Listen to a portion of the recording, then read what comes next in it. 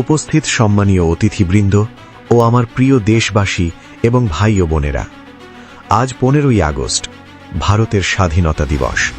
স্বাধীন আকাশে বুক ভরে শ্বাস নেওয়ার আজকের এই বিশেষ দিনে আমি আপনাদের সবাইকে জানাই আন্তরিক শুভেচ্ছা।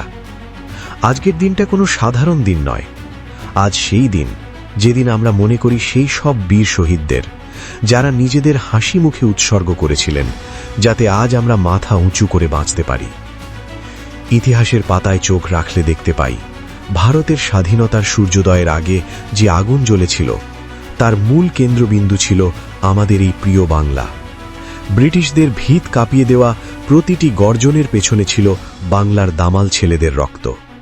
কথায় বলে, বাংলা আজ যা ভাবে গোটা ভারত কাল তা ভাবে।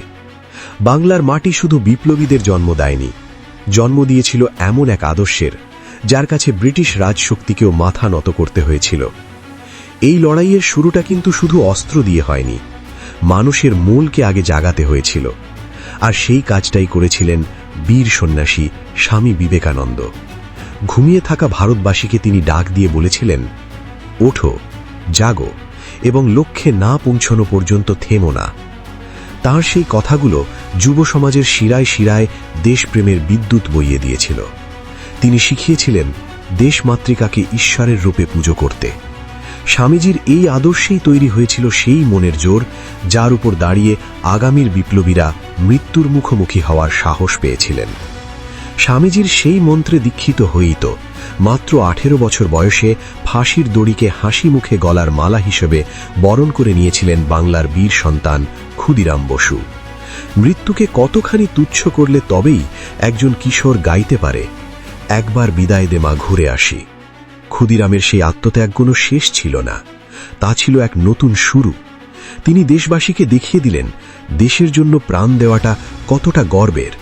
তার সেই আত্মদান থেকে ভারতের মাটিতে জন্ম নিল হাজার হাজার নির্ভীক বিপ্লবী।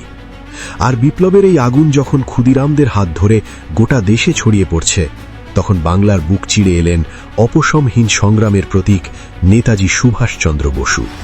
তিনি বুঝতে পেরেছিলেন, স্বাধীনতা কেউ দয়া করে দেয় না, স্বাধীনতা ছিনিয়ে আনতে হয়। তিনি দেশবাসীকে একজোট হয়ে ডাক দিলেন, তোমরা আমাকে রক্ত দাও, আমি তোমাদের স্বাধীনতা দেব। তার এই এক ডাকে পুরো ভারতবর্ষ এক হয়ে গিয়েছিল। আজাদ হিন্দ ফৌজ গঠন করে সমস্ত বাধা বিপত্তি পার হয়ে তিনি ব্রিটিশদের চোখে চোখ রেখে লড়াই করেছিলেন। নেতাজির সেই লড়াই আজও আমাদের রক্ত গরম করে তোলে। তিনি প্রমাণ করে দিলেন, ভারতের স্বাধীনতা ভিক্ষা করে নয়, লড়াই করে আদায় করতে হবে। স্বাধীনতার এই লড়াই যখন একেবারে শেষ পর্যায়ে, তখন দেশের স্বাধীনতা আর বাংলার অখণ্ডতা রক্ষায় এগিয়ে এলেন শিক্ষাবিদ ও জাতীয়তাবাদী নেতা ডক্টর শ্যামাপ্রসাদ মুখার্জি। তিনি আমাদের মনে করিয়ে দিলেন যে শুধু শত্রুর সাথে লড়াই করাই শেষ কথা নয়, দেশের একতা আর অখণ্ডতা বজায় রাখাও খুব জরুরি। নেতাজি যেমন দেশের বাইরে থেকে লড়াই করেছেন, ডক্টর মুখার্জি তেমনি দেশের ভিতরকার ভিত্তি মজবুত করার কাজ করেছেন, যাতে স্বাধীন ভারত টুকরো টুকরো না হয়ে যায়। আমার প্রিয় দেশবাসী, একটু ভেবে দেখুন, স্বামী বিবেকানন্দের ডাক, ক্ষুদিরামের আত্মত্যাগ, নেতাজি সুভাষচন্দ্রের লড়াই আর ডক্টর শ্যামাপ্রসাদের দেশ গড়ার স্বপ্ন সব যেন এক সুতোয় গাঁথা। এদের সবার পথ আলাদা হতে পারে, কিন্তু উদ্দেশ্য ছিল একটাই, একটি স্বাধীন, শক্তিশালী এবং আত্মমর্যাদাপূর্ণ ভারতবর্ষ।